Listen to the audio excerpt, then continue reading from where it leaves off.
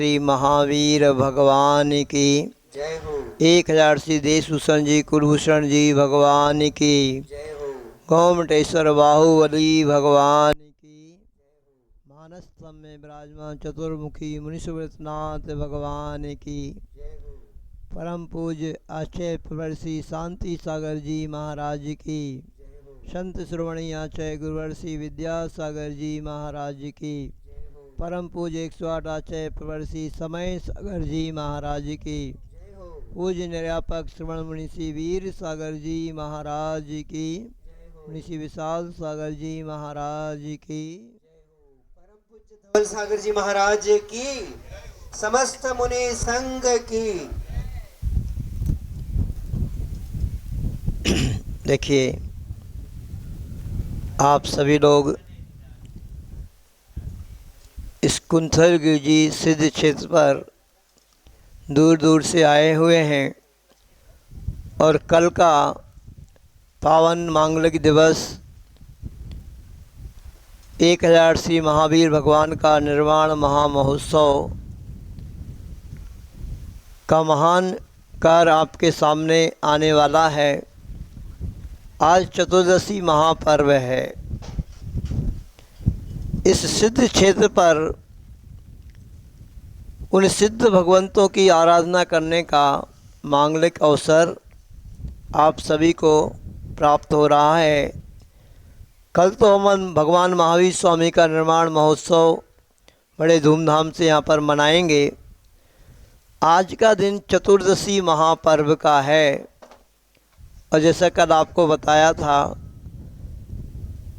कि सभी मुनि महाराज आज बड़ा प्रतिक्रमण करेंगे, वार्षिक प्रतिक्रमण करेंगे।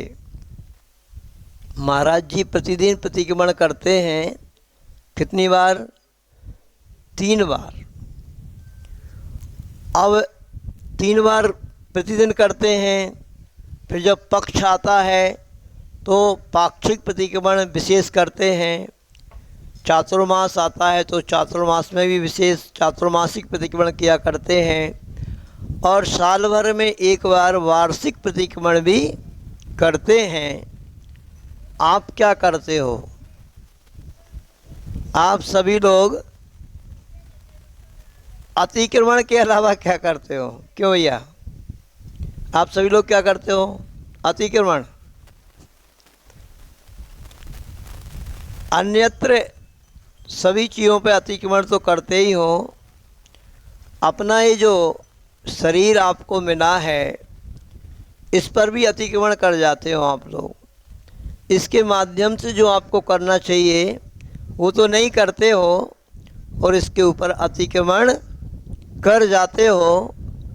इसके ऊपर भी बोझ लाद देते हो और इसको भी भारी बना देते हो और कहते हैं जब तक हम इसको हल्का नहीं करेंगे तब तक जो भगवान महावीर स्वामी ने प्राप्त कर लिया वो हम प्राप्त कर पाएंगे? कभी नहीं कर पाएंगे। आचार्य गुरु विद्यासागर जी महाराज जी ने एक बहुत सुंदर दोहा लिखा है। भरी पालड़ी नीचे जाती, खाली ऊपर जाती है, इसी बात को तुला हमें स्पष्ट बतलाती है। वो वाली तराजू देखी आपने जो हाथ में लेकर के उससे तौलते थे? क्यों सागर वालों, है ना? तो जिसमें वजन ज़्यादा होता था तो वो नीचे जाती है और कम वजन होता है तो फिर वो ऊपर जाती है। आप लोग क्या चाहते हो? भारी बनना चाहते हो कि हल्का बनना चाहते हो? हैं? हल्का बनना चाहते हो तो फिर हल्का होना पड़ेगा। देखो, भगवान महावीर स्वामी के जीवन को अपन देखें तो कहाँ वह राजा महाराजा का परिवार था उनका। बड़े राजा महाराजा उनके पिताजी थे। वह राज्य के भार को उन्होंने छोड़ दिया और जंगल में जाकर के और भी हल्के हो गए। सभी प्रकार के आभूषण इत्यादि वस्त्रों को भी उतार दिया उन्होंने और दिगंबर मुनिराज बन गए। और दिगंबर मुनि महाराज बनने के बाद इतने से ही काम नहीं चलता है। जैन दर्शन कहता है कि अभी तो आपने बाह्य परिग्रह को फेंका है, अब अंदर से भी आप विशुद्ध होइए, अंदर से भी अपने भावों को पवित्र कीजिए और अंदर के जो विषय कसाए हैं, क्रोध मान माया लोभ इत्यादि कसाए हैं, उनको भी आप निकाल करके फेंको, मन को पवित्र बनाओ। जब कहीं आप हल्के होएंगे, आप सभी तो बाहर से भी लदे हों और अंदर से भी अभी सब उस कसाय और परिग्रह भावों से भरे ही हुए हैं, तो कैसे वह अवसर आप सबको प्राप्त हो पाएगा। तो आप सभी श्रावकों को भी समझना है कुछ। इस महावीर भगवान के निर्वाण महोत्सव पर अपन भगवान महावीर स्वामी के उस जीवन को देखते हैं। देखो तो भगवान महावीर स्वामी की जो स्टोरी मिलती है आगम में, एक पुरूरवा भील था, उस पुरूरवा नाम के भील से उनकी स्टोरी प्रारंभ होती है। आदिवासी है, भील है, निरंतर हिंसा ही करता है, शिकार करता है, पशुओं को मारता है और उसके बाद उसी से उसका मांस इत्यादि का सेवन करना ही उसका भोजन था, हिंसा ही करना उसका व्यापार था। किंतु कहते हैं कि गुरु का समागम प्राप्त हुआ, वो गुरु के मुखारविंद से उस धर्मामृत को सुना, धर्मोपदेश को सुना और उसने सभी प्रकार के व्यसनों का और मांस इत्यादि का त्याग कर दिया। सभी लोग वहीं बैठ जाए, महाराज जी के प्रवचन हो रहे, और वहीं बैठ जाए बाहर ही। ऐसे भावों से भर गया। इस त्याग की महिमा को आप समझने का थोड़ा सा भी पुरुषार्थ करेंगे आप सभी लोग, क्योंकि ये त्याग सबका अलग अलग होता है। जैसे उस आदिवासी वीर ने जो त्याग किया, अब बताइए उसके पास क्या था, उसने क्या त्याग किया? ये समझ लीजिए उसने अपना सर्वस्व ही त्याग दिया, क्योंकि उसका प्रमुख कार्य क्या था? व्यापार भी उसका हिंसा करना था और व्यसनों से ही वो लदा हुआ था। तो उसने व्यसनों को छोड़ दिया, हिंसा करना छोड़ दिया, तो वो हल्का हो गया। अब आप लोगों के पास, सभी लोगों के पास कोई व्यसन नहीं है, आप उस भील जैसी हिंसा भी नहीं करते, तो फिर आपको क्या त्याग करना पड़ेगा? आपके पास जो है आपको वह त्याग करना पड़ेगा, तब आप हल्के होंगे। किंतु इतना ज़रूर आप इस घटना से शिक्षा लेंगे सभी लोग कि त्याग की महिमा कितनी बड़ी होती है। देखो उस आदिवासी ने, उस भील ने जैसे उन व्यसनों का त्याग किया, हिंसा अपने हिसाब से उसने ही त्याग कर पाया, संपूर्ण हिंसा का भी त्याग वो नहीं कर पाया होगा, किंतु उसका फल क्या प्राप्त हुआ? वह अपने नियम में, संकल्प में दृढ़ रहा, तो उसका फल उसे क्या प्राप्त हुआ? आप इस पर विचार करेंगे तो आपको आश्चर्य होगा। कोई बता सकता है, कोई व्यक्ति, कि उसको क्या फल प्राप्त हुआ? अपन को ऐसे लगता है इतना छोटा सा त्याग किया, क्या त्याग किया उसने? हिंसा का त्याग कर दिया, अरे ये तो महान पाप है, तो करना ही नहीं चाहिए। उसने सातों व्यसनों का त्याग कर दिया। आदिवासी ने जिन सातों व्यसनों में लिप्त था, तो उसका फल उसको क्या प्राप्त हुआ? क्यों भैया, कभी पढ़ा है आप लोगों ने? इधर देखो, हमारे सामने देखो, इधर उधर नहीं देखो भैया। जहाँ आप लोग यहाँ पे महाराज जी का उपदेश हो रहा है उसी को सुनो, तो आप कल्पना कर सकते हो कि उसने ये जो त्याग किया, इसका फल उसको क्या प्राप्त हुआ? क्या प्राप्त हुआ जानते हो? पहले स्वर्ग में जाकर के बहुत महान देव बना, जिस स्वर्ग में जाकर के फिर कुछ करना नहीं पड़ता, दिव्य शरीर उसको प्राप्त हुआ। कहाँ आदिवासी काले शरीर को धारण करने वाला, गंदे काम करने वाला, उस स्वर्ग में जाकर के देवो पुनीत वह दिव्य शरीर उसको प्राप्त हुआ, जिसकी कांति ही ऐसी हुआ करती है कि आज साक्षात देवी देवता इस पंचम काल में यहाँ नहीं आते और अपन सब उनका सामना भी नहीं कर सकते। देवों का शरीर इतना दिव्य होता है ना, आपकी आंखें जा सकती हैं, इतना तेज होता है, उनका सामना नहीं कर सकते। आज अपने पास इतनी शक्ति नहीं है, आज इस पंचम काल में अपनी सामर्थ्य नहीं है शरीर में कि अपन देवों का सामना कर सकें। ऐसे दिव्य दिव्य कांति वाला शरीर और अनेक प्रकार की रिद्धियाँ उस देव को प्राप्त हो गई। एक देव को भी कम से कम, सामान्य देव को भी 32 देवियाँ उसकी होती हैं और सैकड़ों नौकर चाकर देवी देवता सेवक के रूप में रहते हैं। ऐसे वैभव से वो भर गया और उधर से जब आता है, उस स्वर्ग में एक सागर की आयु होती है, सागरों की आयु होती, मतलब लाखों करोड़ों अरबों खरबों वर्षों की आयु वहाँ पर होती है। ऐसे वहाँ पर उस वैभव को भोगने के बाद जब वहाँ से निकलता है, सोचो विचार करो, तो फिर क्या हुआ, कहाँ पे आकर के वो इस धरती पर आकर पे कहाँ पे उसका जन्म होता है। तीर्थंकर भगवान के कुल में श्री आदिनाथ भगवान के प्रथम पुत्र भरत जो चक्रवर्ती थे, चक्रवर्ती का पुत्र बनता है वो। सोचो आप इस त्याग की महिमा को, इस धर्म की महिमा को। आप अपन सबको तो विश्वास जैसे ही नहीं होता। बहुत सारे लोगों को, आज पढ़े लिखे लोगों को तो शायद विश्वास ही नहीं होता है, इसलिए बहुत सारे लोग इस धर्म को करने के लिए उतने लालायित नहीं हैं जितने लालायित आप अपने व्यापार के लिए, आप अपने जॉब के लिए, आप अपनी खेती के लिए, आप अपने घर गृहस्थी के कार्यों के लिए आप लगे रहते हो। इतना धर्म के लिए आपकी ललक नहीं है, होना चाहिए, क्योंकि धर्म ही ऐसी वस्तु है जो आप और हम सभी के साथ साथ में जाती है। यहाँ से और कोई साथ में नहीं जाता है। जिस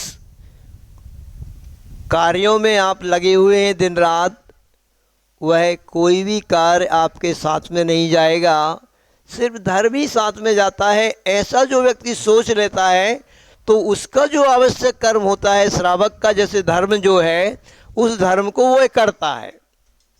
आप सभी सौभाग्यशाली हैं जो यहाँ पर अपना उस धर्म करने के लिए जो आपका षड आवश्यक है, उस षड आवश्यक में आपका प्रथम आवश्यक पूजन होता है, उसी के लिए यहाँ पे उपस्थित हुए हैं, आज हुए हैं।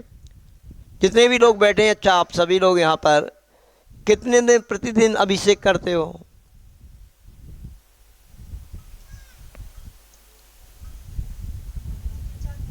हैं?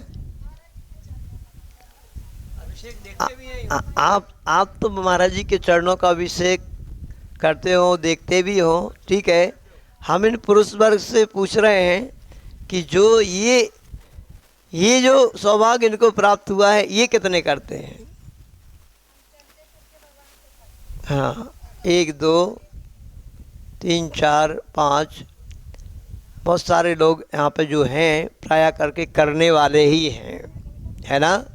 तो सभी से यही कहूँगा कि देखो, अब वह जो आदिवासी का जीव है, अब वो स्वर्ग में पहुँच करके ऐसे दिव्य वैभव को प्राप्त करके भी प्रतिदिन भगवान का अभिषेक कर रहा है। देवी देवता जो रहते हैं स्वर्ग में, प्रतिदिन भगवान का अभिषेक देव करते हैं और देवियाँ उस अभिषेक को देखती हैं और देख करके, भक्ति करके, नृत्य करके, भजन गा के उस अभिषेक की अनुमोदना करते हैं देवियाँ लोग। ये उनका प्रतिदिन का कार्य है और वो करते हैं क्योंकि उनके पास अवधि ज्ञान होता है। उस अवधि ज्ञान से वो अब समझते हैं कि हम यहाँ पे सब अच्छा करेंगे तो अगला जीवन भी हमारा क्या होने वाला है। और सोचो, आप विचार करो कि वह भरत चक्रवर्ती का पुत्र बनता है। अब सोचो इस धर्म की महिमा क्या होती है। यहाँ से धर्मात्मा व्यक्ति सीधा स्वर्ग में जाता है और स्वर्ग से आकर के फिर यहाँ पर भी राजा महाराजा चक्रवर्ती बड़े बड़े पदों को प्राप्त करके उसका फल भोगता है। आपको ऐसा विश्वास है सभी को? क्यों भाई, है विश्वास है कि धर्म का ऐसा फल होता है? देखो हमारे अजित गांधी जी बारामती से आए हैं और बड़े सहजता से बोल रहे हैं महाराज जी है। इन्होंने तो देखो प्रतिमाओं को धारण कर लिया और आगे बढ़ गए, ब्रिटिश श्रावक बन गए। और यहाँ पर अब कल दिवाली के बाद 5-6 दिन बाद ही यहाँ पर 29 तारीख से जो सिद्धों की आराधना होने जा रही है, और एक नहीं दो नहीं पूरे 25 संवत्सरण बन रहे हैं।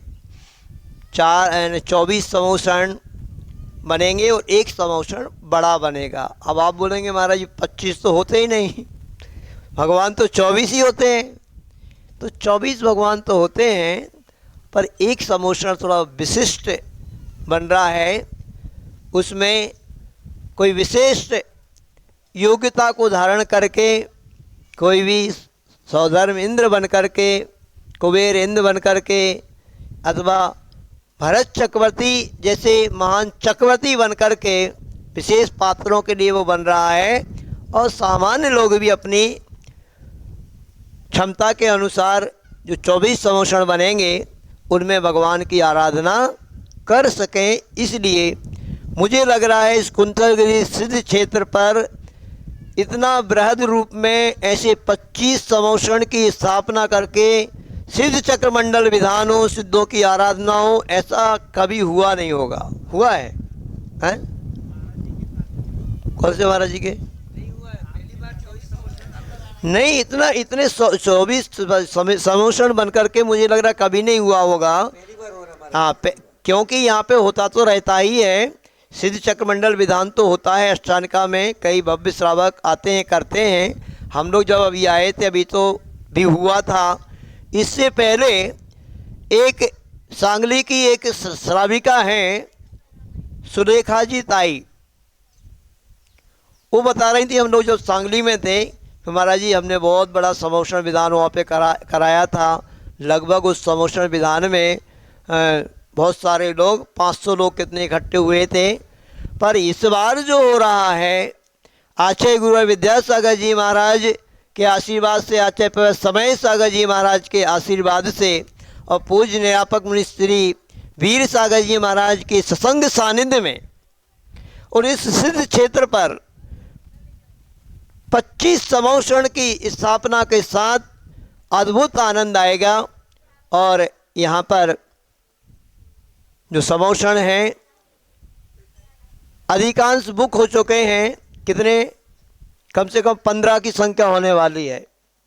मुश्किल से 10 संवत्सरण ही बचने वाले हैं। तो यहाँ पर बहुत आनंद आएगा, क्योंकि हम लोग तो 4 महीने से यहाँ का आनंद ले रहे हैं। देखो अभी इस कुआर के महीने में सर्वत्र दूसरी जगह आप जाकर के देखो तो कैसा वातावरण रहता है, और यहाँ क्या मंद सुगंधित पवन चल रही है। और बहुत चारों तरफ जहाँ देखो वहाँ पर प्राकृतिक वातावरण। यहाँ से 50-100 किलोमीटर की दूरी पर भी आप देखोगे ना तो यहाँ सब जगह पहाड़ी पहाड़ है। इसलिए वातावरण इतना प्रशस्त है। इसलिए देशभूषण जी, कुलभूषण जी भगवान यहाँ पर ध्यान करने के लिए आए। तो आप सभी लोग अपनी मानसिकता बनाएंगे, इस त्याग की महिमा को भी समझेंगे और इस धर्म की महिमा को भी समझेंगे।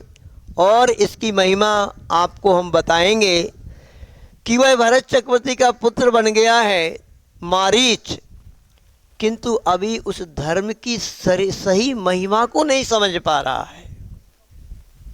और आगे घटना क्या घटती है आप समझिए। देखिए अभी इस घटना से तो यही शिक्षा लेना है कि धर्म व्यक्ति यदि करता है तो उसका फल उसको अवश्य मिलता है। और मुझे ऐसे लगता है कि उस मारे यानी आदिवासी ने, जो भील के जीव ने जो गुरु की शरण को पकड़ लिया, और गुरु ने जो उसके अंदर इस त्याग की महिमा का बीजारोपण किया है, कुछ नियम संकल्प देकर के उसके अंदर जो धर्म का बीजारोपण किया है, उसी का ये फल हुआ है। धीरे धीरे धीरे करके ये जो बीजारोपण हुआ, और आगे जा कर के यही पुरूरवा भील का जीव वह भगवान महावीर स्वामी बन कर के उस निर्वाण को प्राप्त करता है। इस धर्म की महिमा होती है। तो आप सभी लोग इस धर्म की महिमा को समझेंगे, इस त्याग की महिमा को समझेंगे, और अधिकांश लोग जो भी हमारी बात सुन रहे हैं, सभी लोग मन बनाएंगे। एक प्रश्नोत्तर रत्नमालिका नाम का ग्रंथ है, उसमें आता है कि कोई भी व्यक्ति एक गांव से दूसरे गांव जाता है तो वो नाश्ता लेकर के जाता है, कलेवा लेकर के जाता है। और आप सभी भी यहाँ पर यदि सही सच्चे श्रावक हैं, चाहे आप सामान्य श्रावक हैं या व्रती लोग हैं या अपन सब महाव्रती लोग हैं, अपन सब का लक्ष्य क्या है? कहाँ जाना है गांधी जी, अजित गांधी जी हैं? आपका क्या नाम है? नितिन जी। ये दोनों श्रावक श्रेष्ठी यहाँ पे बैठे हुए हैं, और इनसे पूछा हमने कि कहाँ जाना है, तो ये बोला मोक्ष जाना है। मोक्ष जाने हैं तो मोक्ष कितने पास में है क्या? कहाँ है मोक्ष? मोक्ष बहुत दूर है, और अपन बहुत दूरी पर है अभी मोक्ष से। तो मोक्ष जाने, तो मोक्ष तक जाने के लिए भी तो कलेवा साथ में लेकर के चलना पड़ेगा, नाश्ता ले जाना पड़ेगा आपको।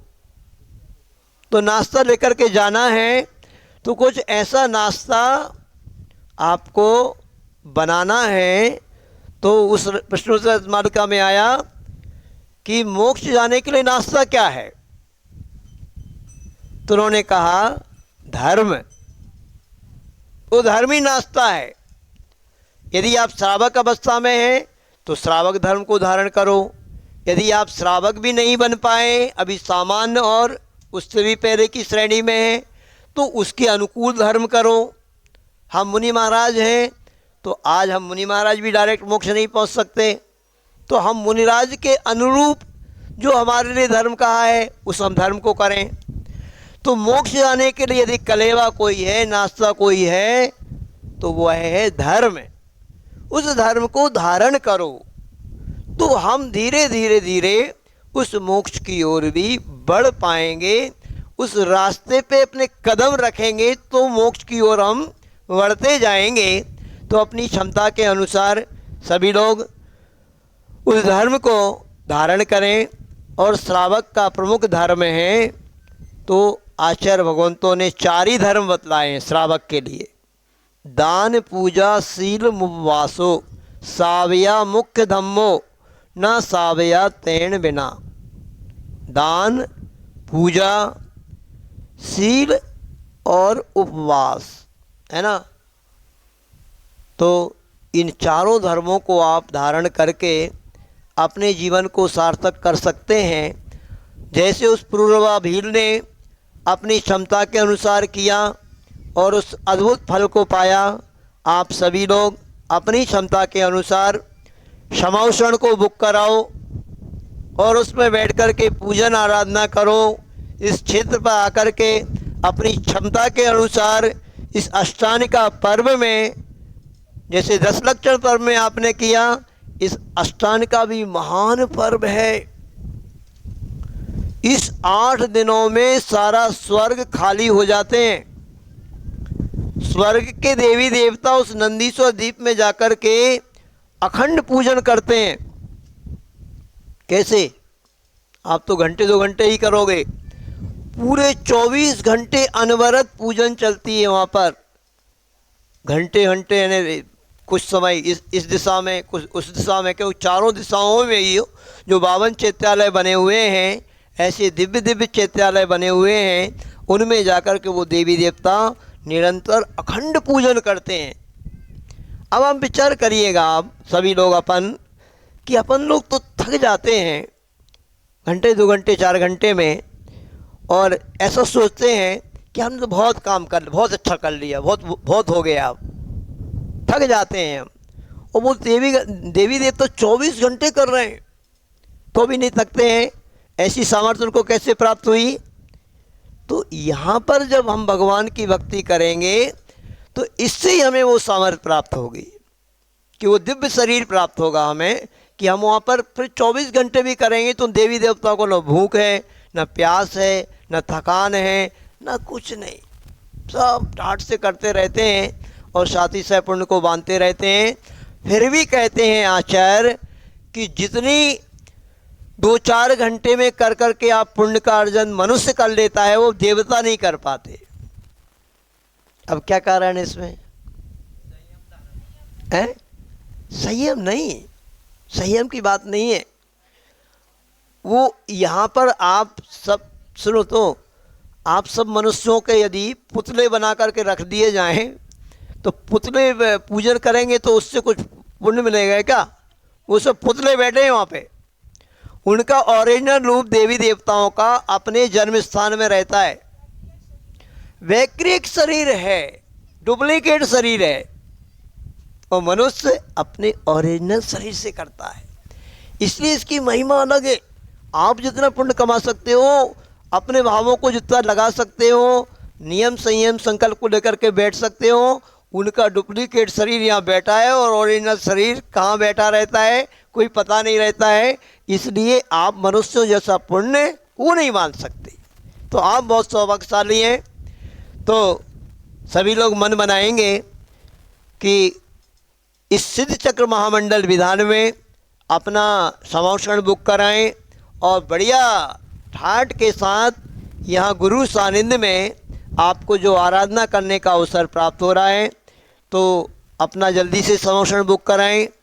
और यहाँ पर आपको एक पंथ दो ही कार्य करने का अवसर प्राप्त हो सकता है। 12 वर्ष के बाद जो बाहुबली भगवान जी का मस्तकाभिषेक हो रहा है, इसमें भी आपको अवसर प्राप्त हो सकता है।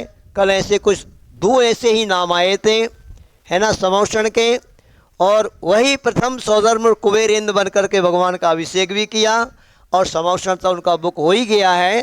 तो 8 दिन भगवान की पूजन आराधना करने का अवसर भी प्राप्त करेंगे।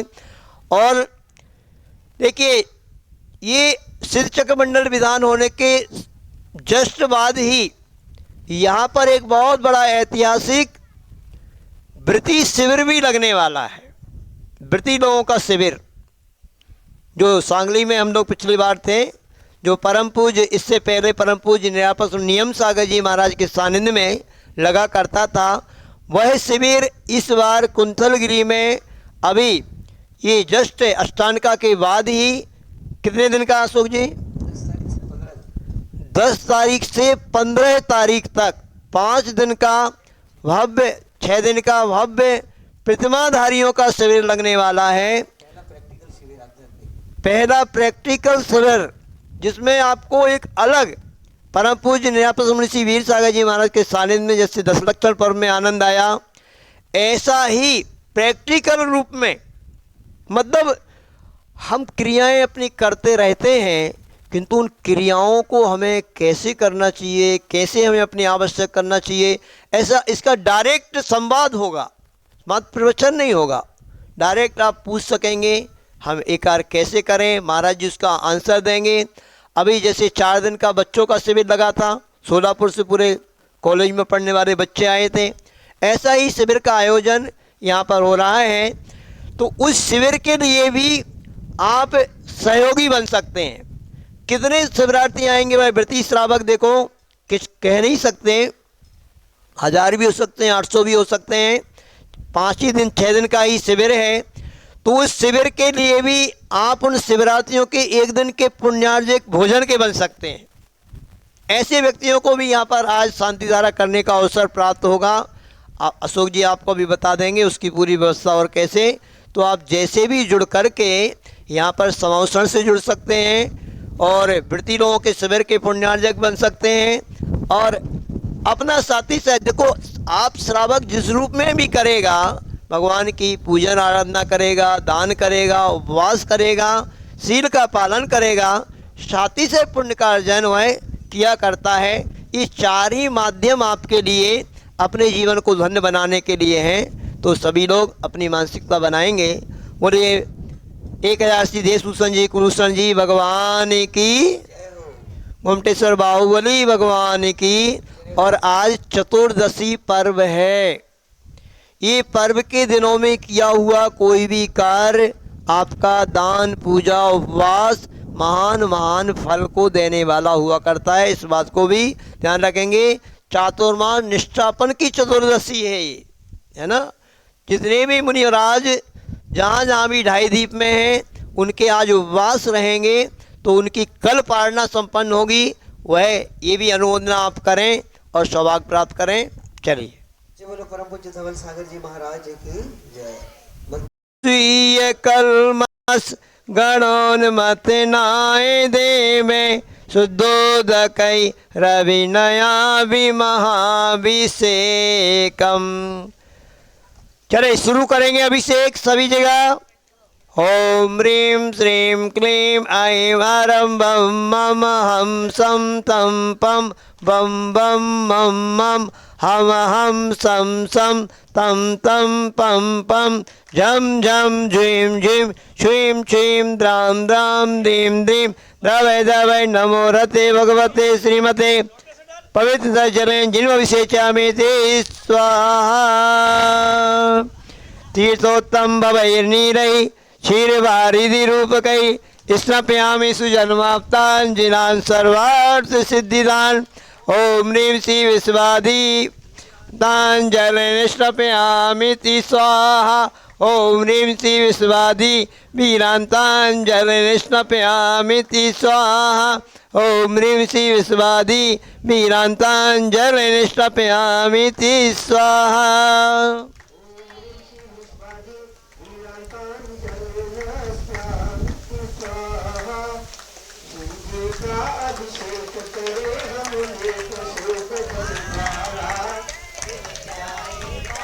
उन्हें गोमटेश्वर बाहुबली भगवान की, भगवान के महाअभिषेक महामहोत्सव की। चलिए अब शांति धारा करेंगे, बाकी सभी लोग बाद में आराम से अभिषेक करेंगे, ठीक है। शांति धारा की झाड़ी ले लीजिए सभी जगह। इधर वाले भी देशभूषण जी, कुलभूषण जी भगवान के पास जो हैं, मानस स्तंभ पे जो भी लोग हैं, सभी लोग शांति धारा की झाड़ी ले लें। चलो शुरू करेंगे शांति धारा।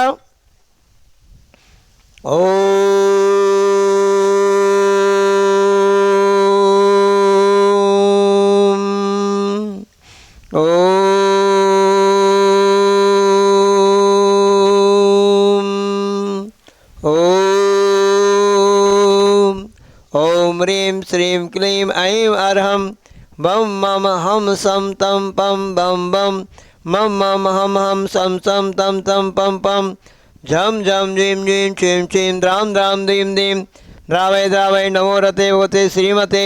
ओम ह्रीं क्रों सर्वेषां शान्तकर्तॄणां पापं खण्डय खण्डय जय जय दय दय पच पच पाचय पाचय। ओम नमो अर्हं झम झीं छीं हम सम झम बम राह यः सः छाम छीं छूम छीं छैं छूम छौं छम छा छुईं ह्रां ह्रीं रूं ह्रैं ह्रैं ह्रौं ह्रौं ह्रं ह्रां द्रां दीं द्रावै द्रावै नमो रते भगवते श्रीमते ठाठा। सर्वेषां शान्तकर्तॄणां श्रीरस्तु वृद्धिरस्तु तुष्टिरस्तु पुष्टिरस्तु शान्तिरस्तु कान्तिरस्तु कल्याणमस्तु स्वाहा। एवं सर्वेषां कार्यसिद्ध्यर्थं मूर्ति जो मंदिर जी से गई हुई है वो शीघ्र शीघ्र प्राप्त हो, इस मंगल भावना के साथ कार्य सिद्धार्थम सर्वविघ्न निवारणार्थम श्रीमद् भगवत अरहस्य परमेश्वरी परम पवित्राय नमो नमः। श्री शांति भट्टारक पाद पद्म प्रसादात शब्दर्म शिवलाई आरोग्य ऐश्वर्याभिवृद्धिरस्तु शब्दर्म स्वस्य परस्य वर्गाः प्रसिद्धन्तु नः। ओम वृषभादया श्रीवर्तमान पर्यंता चतुर्विंशति अरंतो भगवंताः सर्वज्ञाः परमंगल नामधेया सर्वेषां यामुत च सिद्धिं तन्वन्तु सद्धर्मकारेषु यामुत च सिद्धिं प्रयच्छन्तु नः। ओम नमो रते भगवते श्रीमते श्रीमत् पार्षि शंकराय श्रीमद् रत्नत्रय रूपाय दिव्य तेजो मूर्तये प्रभामंडल मंडिताय द्वादश गण सहिताय चतुष्ट सहिताय समाक्षण केवल ज्ञान लक्ष्मी शोभिताय अष्टादश दोष रहिताय षट्चत्वारिंश गुण सहिताय परमेष्टि पवित्राय सम्यक ज्ञानाय स्वयं भवे सिद्धाय बुद्धाय परमात्मने परम सुखाय त्रिलोक महिताय अनंत संसार चक्र प्रबंधनाय अनंत ज्ञान दर्शन भी सुखाल पदाय त्रिलोक वसंकराय सत्य ज्ञानाय सद्ब्रह्मणे बृहत् प्रणामंडल मंडिताय संत श्रोवणी आचय गुरु विद्या सगैम संघर्ष सर्वेशा ऋषि आरिका श्रावक श्राविका प्रमुख चतुसंग सर्वनाशनाय घाती के शंकरा अजराय अभवाय आज के सांत्या का त्रिनाम श्रावक श्रेष्ठी नाम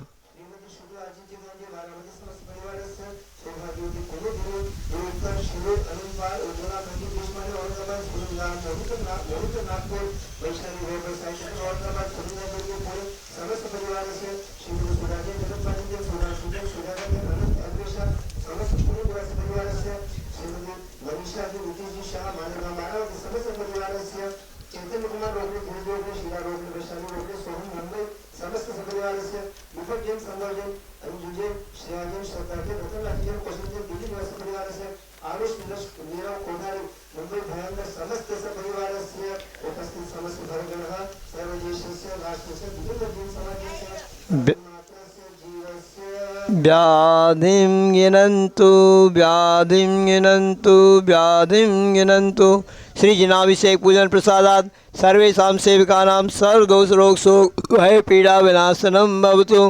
ओम नमो रते भगवते प्रक्षिणा से दोष कलमसाय दिव्य तेजोमूर्तये नमः श्री शांतिनाथाय शांतिकराय सर्वविघ्न प्रणाशनाय सर्वरोगाप मृत्यु विनाशनाय सर्वपर्क क्षुद्धोपद्रव विनाशनाय सर्वरिष्ट शांतिकराय ओम ह्रां ह्रीं ह्रूं ह्रौं ह्रां अस्यौषा नमः सर्वेषां सर्वविघ्न शांतिं कुरु कुरु तुष्टिं पुष्टिं कुरु कुरु मम कामं रति कामं बद्री कामं क्रोधं पापं वैरं च अग्निवायुभयं सर्वशत्रुविघ्नं सर्वोपसर्गं सर्वविघ्नं सर्वराजभयं सर्वचोरदुष्टभयं सर्ववृक्षिक्षादिभयं सर्वग्रहभयं सर्वदोषं व्याधिं डामरं च सर्वपरमंत्रं सर्वाघातं परघातं च सर्वसूरोगों कुक्षिरोगों अक्षिरोगों सुरोगों जोरोगं च सर्वनरमारीं सर्वगजास अजमारीं सर्वसस्यधान वृक्षता गुरुम पत्र पशुफल फलमारीं सर्वराष्ट्रीमारीं सर्वक्रूर बेता साकिन डाकनी भयानी सर्ववेदनीयां सर्वमोहिनीयां सर्वापस्मारीं सर्वेषां असुकर्मजन दुःखानि दुष्टजनकृतान् मंत्र तन दृष्टि मुष्टि छलछित दोषान् सर्वदुष्ट देवदानव वीर नर नार से योगिनी कर दोषान् सर्वाष्टकुली नाग जनित विस्मयानी सर्व स्थावर जंगम वृश्चिक सर्पाधिकृत दोषान् सर्व सिंहष्टा पदाधिकृत दोषान् पर शत्रुकृत मारण उच्चाटन विद्वेषण गुण वशीकरणादि दोषान् ओम ह्रीं सर्वेषां चक्रवृक्कं सत्यजो बल सौरवीर शांति सर्व जीवानंदनम जनानंदनम भव्यानंदनम गोकुलानंदनम च सर्व राजानंदनम सर्वग्राम नगर कीट करवट मंडप पतन सम्मानंदनम सर्वानंदनम यस्सुकंत श्लोकेशु व्याधिर्विसंवर्जितम अभयम क्षेम आरोग्यं शत्रुविदिते शांतिरस्तु सिंहस्तु जयस्तु नित्यमारोग्यमस्तु सर्वेषां पुष्टिरस्तु तुष्टिरस्तु समृद्धिरस्तु कल्याणमस्तु सुखमस्तु अभिवृद्धिरस्तु दीर्घायुरस्तु कुल गोधनानि सदा सन्तु सद्धर्म शिवलायु आरोग्य ऐश्वर्याभि अभिवृद्धिरस्तु ओम ह्रीं श्रीं क्लीं ऐं हरस्य उषा अनाहत विद्येनोत्तरं शांति कुरु कुरु। अब सभी लोग बोलेंगे सर्व शांति भवतु, है ना।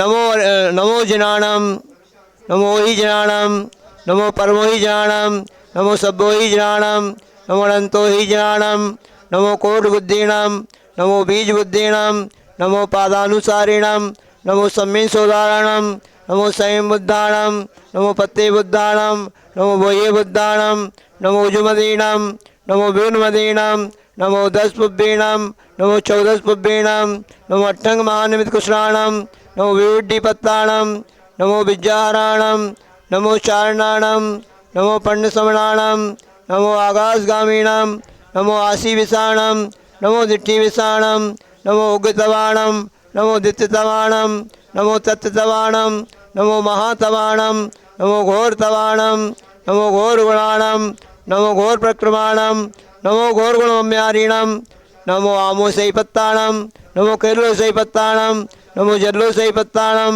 नमो विपुसैपत्ताणम नमो सब्बोसैपत्ताणम नमो मणमणीणम नमो बलमणीणम नमो कायमणीणम नमो क्षीरसवीणम नमो अमीसवीणम नमो मुहूर्सवीणम नमो अमीसवीणम नमो क्षीणमहानसाणाणम नमो वड्डमाणाणम नमो सिद्धायदणाणम नमो भयवदो महेदी महावीरवड्डमाणो नमो सुदे नमो तुदो नमो तुदे सर्वेषां 64 रिद्धिधारी ऋषीणाम सर्वशांतिर्भवतु। बोले 64 रिद्धिधारी मुनि महाराजों की। आयुर्वल्ली विलासम सकल सुख फलैर्दागे त्वासुनल्पम धीरम वीरम शरीरम निरुपमुपनय त्वातनु त्वच्छ कीर्तिम सिद्धिं रिद्धिं समृद्धिं प्रदुतरणीश्वरदुच्चै प्रतापम कांतिम शांतिम समाधिम विदुजतमुत्तमा शांतिधारा संपूजकानाम यतीन्द्र सामान्य तपोधनानाम देशस्य राष्ट्रस्य पुरस्य राज्ञः करोतु शांतिं भगवान् जिनेन्द्रः करोतु शांतिं भगवान् जिनेन्द्रः करोतु शांतिं भगवान् जिनेन्द्रः। देखो यहाँ पे सभी लोग आप बैठे हुए हैं, एक महत्वपूर्ण सूचना आपको दे रहे हैं। शिखर जी से एक स्पेशल ट्रेन, सांगली से एक स्पेशल ट्रेन सम्मेद शिखर जी के लिए जाएगी। उसमें जो असहाय हैं लोग जो जा नहीं सकते सम्मेद शिखर जी, उनके लिए निःशुल्क ले जाया जा रहा है। एक व्यक्ति को यदि आप गोद लेना चाहते हैं मात्र 5100 रुपये की राशि है। कोई भी व्यक्ति अपनी क्षमता के अनुसार, कल एक व्यक्ति ने यहाँ पे 24 लोगों को लिए 24 लोगों को अपनी तरफ से भिजवाएंगे ऐसी स्वीकृति दी थी। तो जिस व्यक्ति के भी जो भी भाव हो आप अपनी स्वीकृति दे सकते हैं। 1 की, 2 की, 5 की, 10 की, 20 की, 25 की, 100 लोगों की भी स्वीकृति दे सकते हैं। किसी व्यक्ति के भाव बनते हैं तो ऐसे 400 से 500 लोगों को वहाँ से निःशुल्क भिजवाया जाएगा। तो अपनी स्वीकृति दे सकते हैं। अपनी पर्ची भर दीजिए, वहाँ पर वो रखी है ना।